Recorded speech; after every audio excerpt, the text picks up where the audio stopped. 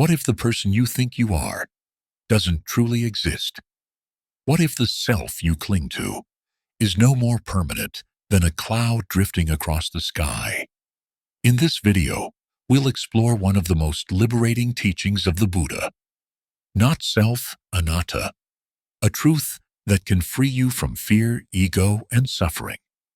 Let go of the illusion, and you may just find the peace that's been waiting all along. Welcome to Trendy Wisdom, where every story is a compelling truth. Buddha's thoughts on not self, anatta. Imagine standing beside a gently flowing river, observing how each drop of water passes swiftly, never repeating its journey again. Our lives, thoughts, and feelings resemble that river, constantly changing, never fixed, and always flowing. At the core of Buddha's profound teachings lies the insight of anatta, or not self, a liberating wisdom revealing that much of our suffering arises from clinging to a self that does not truly exist. By deeply understanding and embracing this truth, we can free ourselves from attachment, confusion, and sorrow, ultimately discovering genuine peace. In the following exploration, we will delve into the meaning and practice of anatta, uncovering how seeing beyond the illusion of a permanent self can lead us toward true freedom and lasting happiness. 1. A river never stands still. Understanding anatta. A river does not ask to remain the same. It does not grasp at its form, nor protest as its water passes into new shapes, new places, new seasons. It simply flows, effortlessly, obedient to the pull of gravity and the push of the earth. To stand beside such a river is to witness impermanence in motion. Yet most of us, in our daily lives, are like someone standing in that same river, trying to hold the water in our hands, believing we can preserve its shape, its essence, its identity. The Buddha taught that this very grasping, this illusion of control over what is naturally fluid and changing, is the root of suffering. It is in this context that we enter the heart of anatta, the insight of not self. Anatta is not a rejection of personality, individuality, or experience. It is a clear seeing, a recognition that the self we believe to be solid and permanent is, in fact, a collection of changing processes. Just like the river, there is no unchanging core, no permanent I that stands apart from the body, feelings, perceptions, mental formations, or consciousness. These 5 aggregates, called the skandhas in Buddhist teachings, compose what we conventionally call a person. But each of them arises due to conditions, and each of them passes away. They are not static. They are not truly ours, and none of them are self. The Buddha offered a powerful teaching in the Anatta Lakkhana Sutta, known as the Discourse on the Not Self characteristic. After his awakening, he addressed the 5 ascetics who had practiced with him before his enlightenment. He asked them whether form, feeling, perception, mental formations, and consciousness were permanent or impermanent. They answered impermanent. He continued, "What is impermanent? Is it suffering or happiness?" "Suffering," they replied. "And is it fitting to regard what is impermanent, subject to change, as, 'This is mine, this I am, this is myself'?" They answered, "No, Lord." This simple yet profound dialogue dismantles the foundation of our clinging. Anatta does not deny that we experience life. Rather, it points to the fact that what we take to be new is not as solid as we imagine. A thought arises, a sensation appears, a memory surfaces, and we say, "This is me." But what if, instead, we observed without attachment? What if, instead of claiming, "I am sad," we simply recognized, "There is sadness arising"? The difference is subtle, but it is everything. One binds, the other frees. To understand anatta is to begin letting go. not of life, but of illusion, not of effort, but of false ownership. The Buddha often taught that clinging to the idea of a fixed self leads to the creation of suffering. When someone praises us, we feel elevated. When they criticize, we feel wounded. But the praise and blame are like wind moving through branches. If we see ourselves as the tree, rooted and open, the wind comes and goes. If we believe we are the wind, we are tossed endlessly, without peace. The Dhammapada offers this verse: all phenomena are not self. When one sees this with wisdom, one turns away from suffering. This is the path to purification. Here, wisdom is not a matter of intellectual acceptance, but of direct insight. We begin to see that our identity is not fixed, not independent, not lasting. Just as the body ages, the mind too changes. The me of 10 years ago no longer exists, except in memory. And even memory is a flow, not a structure. We often think of ourselves as a narrator telling a continuous story, but what if the story itself changes the narrator? What if we are not the storyteller at all, but the breath passing between the pages? From the Buddhist perspective, there is no enduring author, only the unfolding of conditions, the play of causes and effects. To practice with this insight is not to become passive, but to become deeply free. The idea of self is useful in society, but clinging to it internally creates great pressure. We must be a certain way. We must protect our image. We must win, achieve, accumulate. But the Dharma invites us to pause, to touch stillness, to let the river be a river. In meditation, when we observe thoughts arise and pass, without grasping, we touch Anatta. When we feel pain in the body and notice it without calling it my pain, we loosen the bonds of ego. When we watch the breath, moment to moment, we see that even the most intimate part of life is not ours. Breathing happens, thinking happens, life happens. There is awareness, but no fixed center. The Buddha once said, just as one would abandon a rotten log on the side of the web, so too should one abandon the view of self. It is not an abandonment of dignity or joy or humanity. It is the dropping of a heavy burden. When we no longer insist on controlling everything, when we no longer identify with every passing emotion or thought, there is space for compassion, for presence, for real love to bloom. In nature, nothing clings. The tree does not hold its leaves through winter. The ocean does not resent the shore. A bird flies because it trusts the air. In the same way, we can begin to live with trust in the flow of life, not needing to fix ourselves into any idea. Anatta is not something to believe in. It is something to experience, and once glimpsed, even for a moment, it opens a door within the heart, a door that leads to peace, to freedom, and to the gentle truth that we are never what we thought we were, and always far more than we imagined. 2. The illusion of self, the 5 aggregates, and the root of suffering. A deer steps quietly into the early morning mist, its breath soft against the air, unaware of the story we may place upon it. It is not trying to be graceful. It is not trying to be a deer. It simply walks, rests, listens. Nature lives without the burden of needing to be anything other than what it is. But human beings, somewhere along the arc of consciousness, began telling themselves a different story. I am this. This is me. This is mine. It is in these quiet declarations, often unnoticed, that the illusion of self arises. And from that illusion, suffering takes root. The Buddha named this illusion atta, or self, the mistaken belief in a permanent, unchanging identity that underlies our thoughts, emotions, and sensations. But he did not stop at denying a fixed self. He went further. He offered a way to observe and understand the components we mistake as I.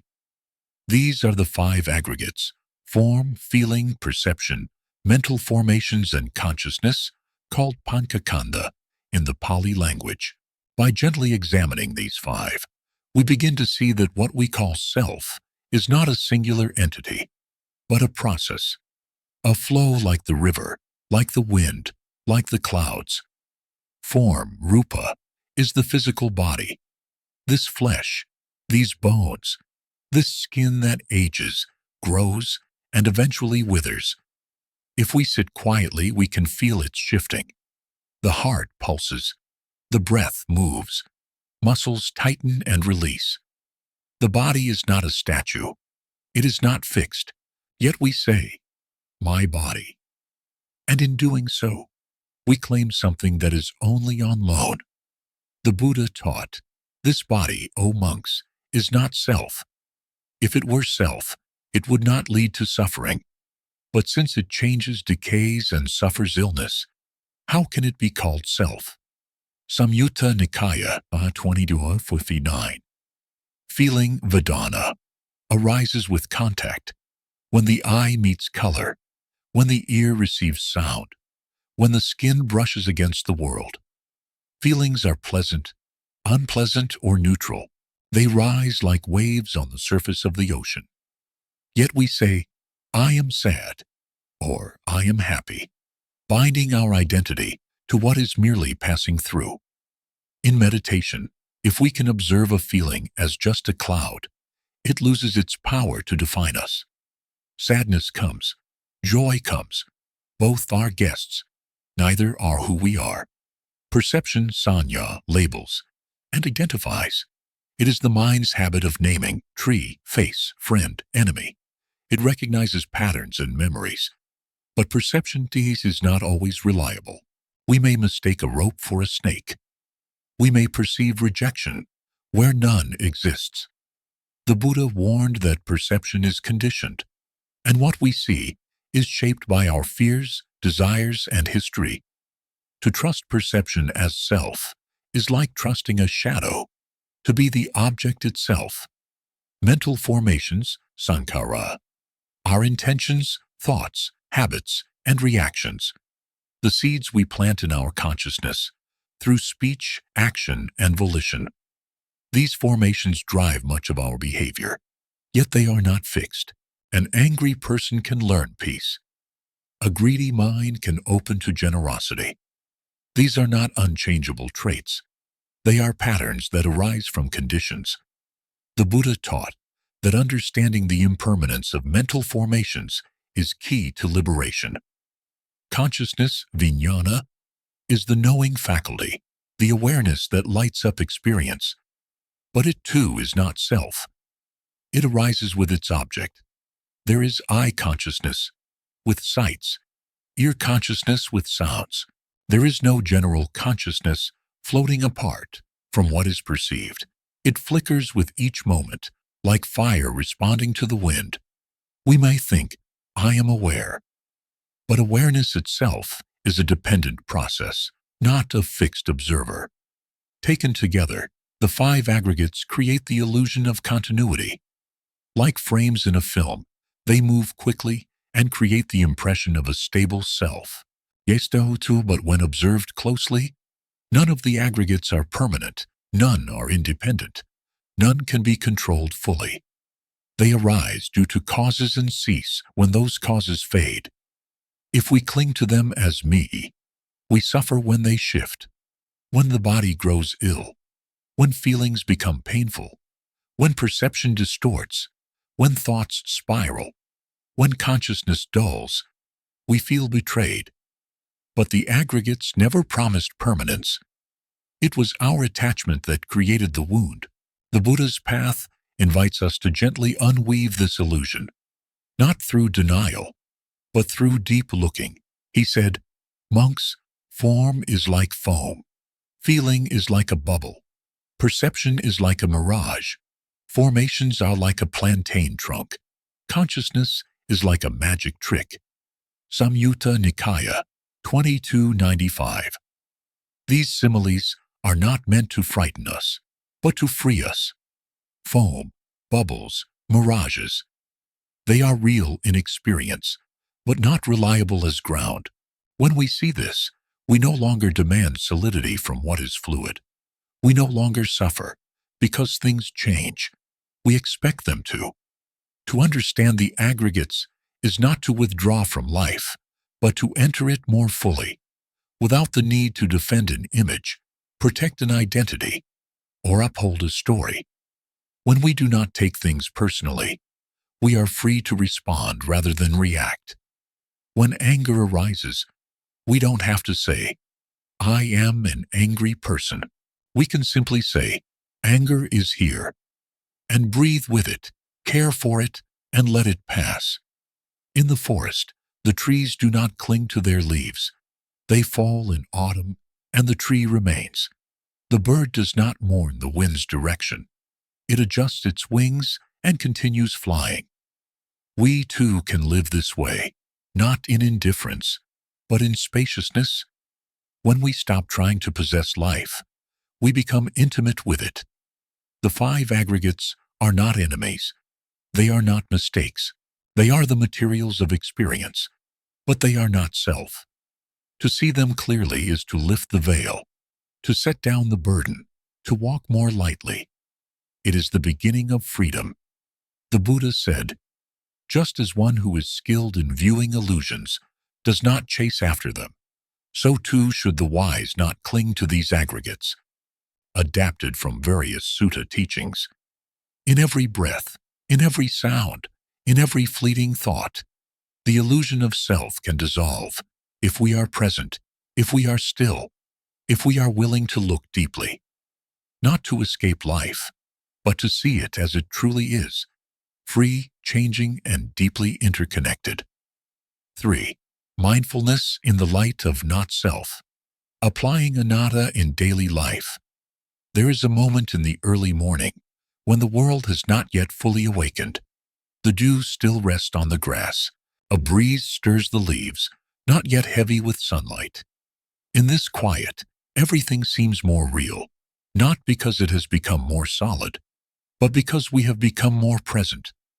Presence is the doorway to seeing clearly, and to live in the light of not-self is to walk through that door again and again, with gentle eyes and a quiet heart.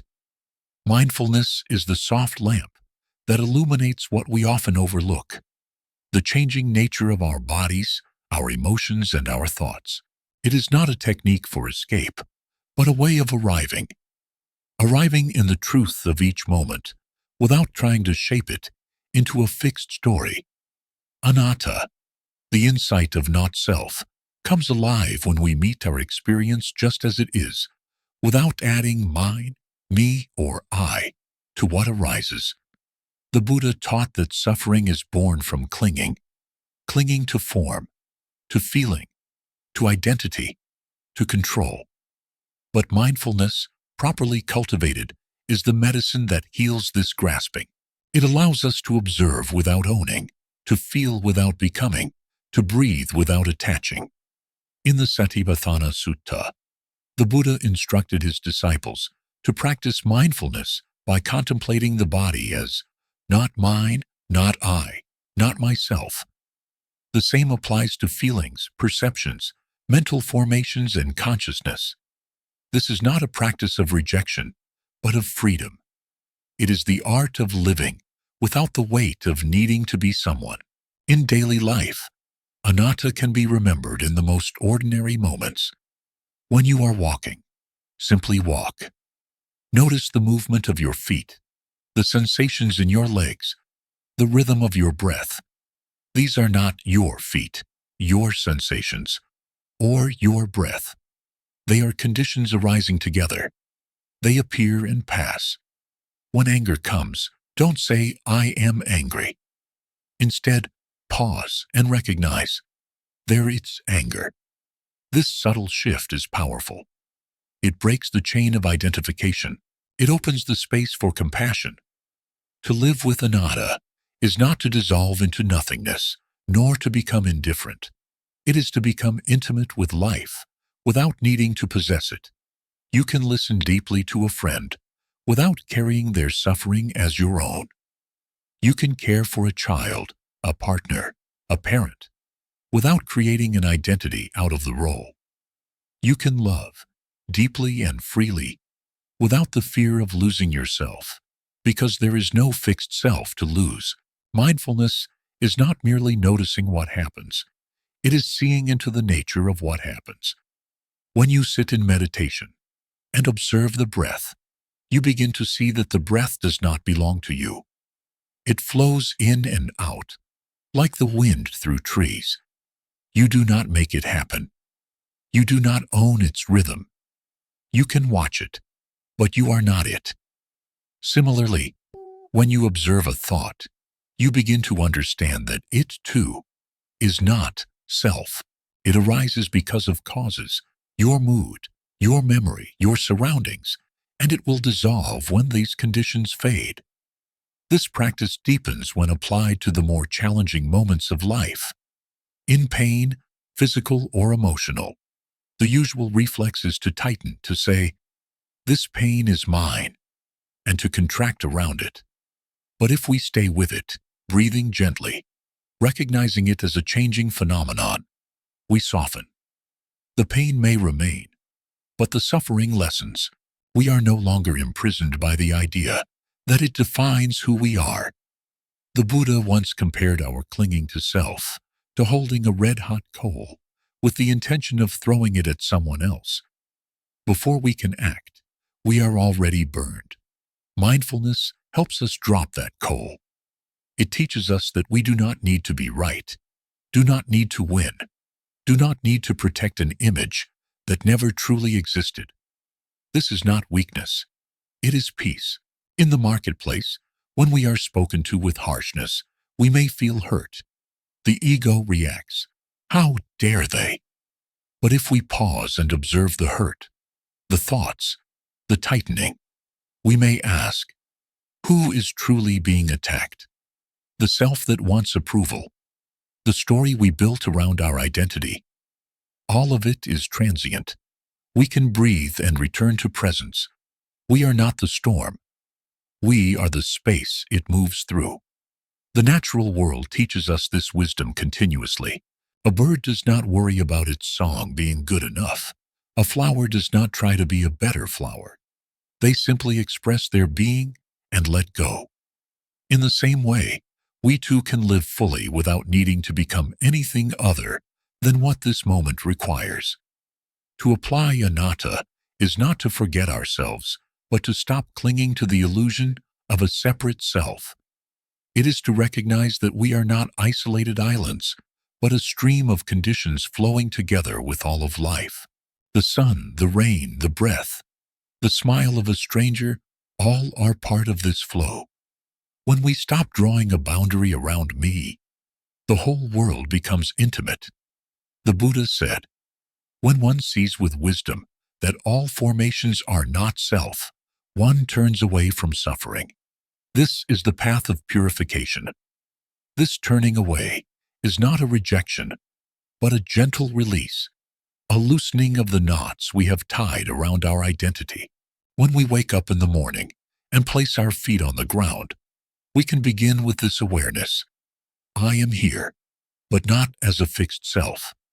I am a continuation of life, of breath, of movement. And then we walk into the day, not as someone trying to be anything, but as someone free to be everything this moment offers. To live in the light of not self is to live with humility and spaciousness. It is to move with care, to listen with openness, and to breathe with the understanding that nothing we experience can be truly held, and nothing we are needs to be defended. What remains is presence. What remains is love. What remains is the freedom to simply be. For true freedom, the joyful liberation of realizing not self. There is a silence that descends on a forest after a long rain. The trees no longer drip. The mist clings gently to the leaves. Birds remain still, as if nature itself is breathing in relief. This stillness does not come from striving, it comes from release. In that quiet, something inside us recognizes a different kind of freedom, not the freedom to chase, to acquire, or to define, but the freedom that arises when we stop holding on to what was never ours. This is the freedom the Buddha pointed to when he spoke of anatta, not self, as the key to liberation. We often misunderstand freedom. In the modern world, it is celebrated as the ability to choose, to express, to assert oneself. But in the Dharma, freedom is something more subtle, more intimate. It is not the freedom to be someone. It is the freedom from needing to be anyone. It is the freedom from carrying the heavy burden of a separate, fixed self. The Buddha described this liberation not with grand declarations, but with gentle clarity. In the Samyutta Nikaya, he said, "When one sees with wisdom, these five aggregates are not mine, not I, not myself. Then one turns away from them. Turning away, there is dispassion. With dispassion, there is liberation. This is the path of insight, not in belief, but in direct seeing. When we truly understand that what we call I is just a bundle of processes, body, feeling, perception, mental formations, and consciousness, we stop taking them so personally. We stop fighting against the flow of life. We no longer resist aging, or fear loss, or defend our opinions as if they are extensions of our very being. We begin to relax, not in apathy, but in peace. This freedom is not theoretical. It touches every corner of our lives. When someone criticizes us, we do not need to be shattered. When we lose something we thought we couldn't live without, we grieve, but we are now destroyed. The ground beneath us is not the fragile story of who we think we are, but the boundless space of presence and awareness. There is no self to defend, and so there is nothing to fear. One of the most beautiful teachings of the Buddha comes in the Udana, where he says, "There is that which is unborn, unbecome, unmade, and unconditioned. If there were not, there would be no escape from what is born, become, made, and conditioned." This passage reminds us that liberation is not an annihilation of self, but the discovery of something deeper than all identities, a stillness beyond form. In this space, joy arises not from possession or victory, but from simplicity. To walk barefoot in the grass, feeling the earth without needing to own it. To look at the face of a loved one and not cling to them as mine, but to appreciate their presence, fleeting and radiant. To sit in meditation, not to achieve something, but to rest in what is already here. When we see that there is no fixed I, love becomes vast. We no longer love others as extensions of ourselves or as roles in our inner story. We love because we are not separate. Their pain is not ours, and yet it moves us. Their joy is not ours, and yet it uplifts us. Compassion deepens. Judgment softens. We do not need others to reflect who we are, because we are not a mirror. We are the open sky.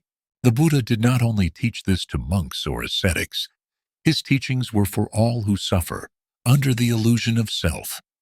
A farmer worried about his crops, a mother grieving her child, a soldier haunted by battle. To each, the Buddha offered the same medicine. Look deeply, see what is not self. Let go. Be free. This letting go is not detachment in the cold sense. It is a warm release, like exhaling after holding your breath. It is trust. It is surrender, not to fate, but to truth. The truth that we are not what we think we are. We are not our name, our memories, our titles, our opinions. We are a river flowing, not a stone sitting still. And in that flow, when we stop grasping, there is ease. The practice of realizing anatta is not a single moment. It is a path, a continuous softening, a deepening insight. Each time we say, "This is not mine," we lighten the load. Each time we choose presence over identity, we grow more spacious. Each time we breathe without claiming the breath, we remember that life is a gift, not a possession. The Buddha's smile, described in many suttas, was not a smile of conquest. It was the smile of someone who no longer needed to be anyone. The smile of a person who walked through the fire of desire, fear, and delusion, and emerged with nothing left to prove. That smile is possible for us too, not as a final goal, but as a quiet companion on the path. In the end, freedom is not about going somewhere. It is about being nowhere in particular. It is about no longer building a house out of shifting sands. It is about standing in the rain, open, without resistance. It is about saying yes to each moment, knowing we don't need to hold it, because nothing can truly be held. To realize not self is not to lose ourselves.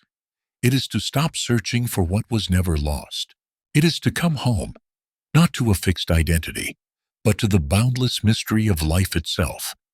And in that home, we find that we were never alone, never separate, never needing to be more than what we already are.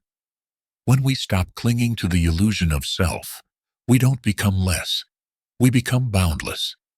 In letting go of the idea of I, we begin to live more fully, more freely, more peacefully. The Buddha didn't ask us to believe. He invited us to look deeply, to see clearly, and to live with awareness.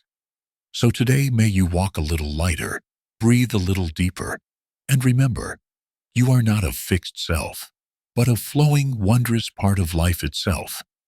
If this teaching resonates with you, don't forget to like, share, and subscribe for more mindful reflections. Thank you for watching. This is Trendy Wisdom, where every story is a compelling truth.